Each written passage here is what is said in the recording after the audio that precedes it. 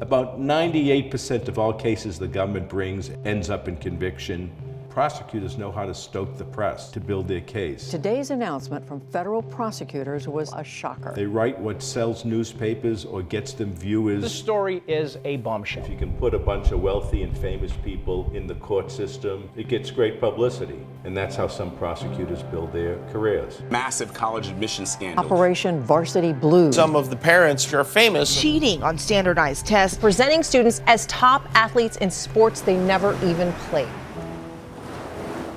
We want to take you to good breaking news for a change. The youngest ever to swim the treacherous waters from Alcatraz to San Francisco.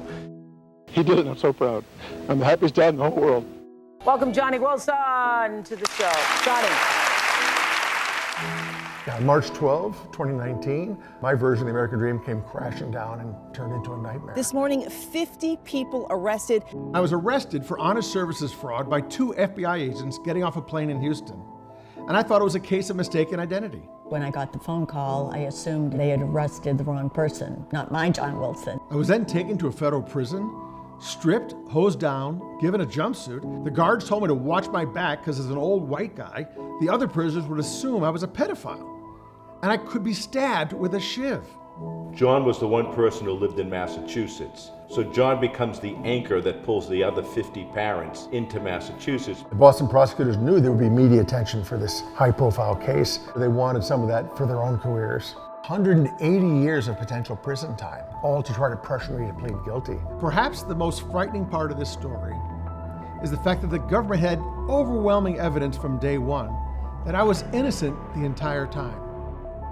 Their hardball tactics were so extreme that I would be shocked and wouldn't believe them myself if I hadn't experienced them personally. Because if he went to trial, he was the best person to say the government doesn't have a case. 32 parents have pleaded guilty. Singer pled guilty today. We know he pled guilty. That's dangerous for everyone else involved. What they didn't count on was me fighting back. And there was no way in hell I would ever confess to crimes I didn't commit.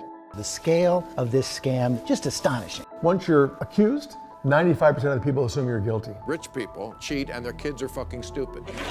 I want to correct the record for my children. I want the world to know that my children were innocent, they were highly qualified on their own merits, and I will spend every last breath defending them. The first parents to face trial in the Varsity Blues college admissions scam. I remember walking in the first day into the courtroom, and your whole family's future is on the line. I'd have to leave and cry in the bathroom, knowing they are tearing up our life. I could have taken the easy path and pleaded guilty at any time, but my family and I drew a line in the sand.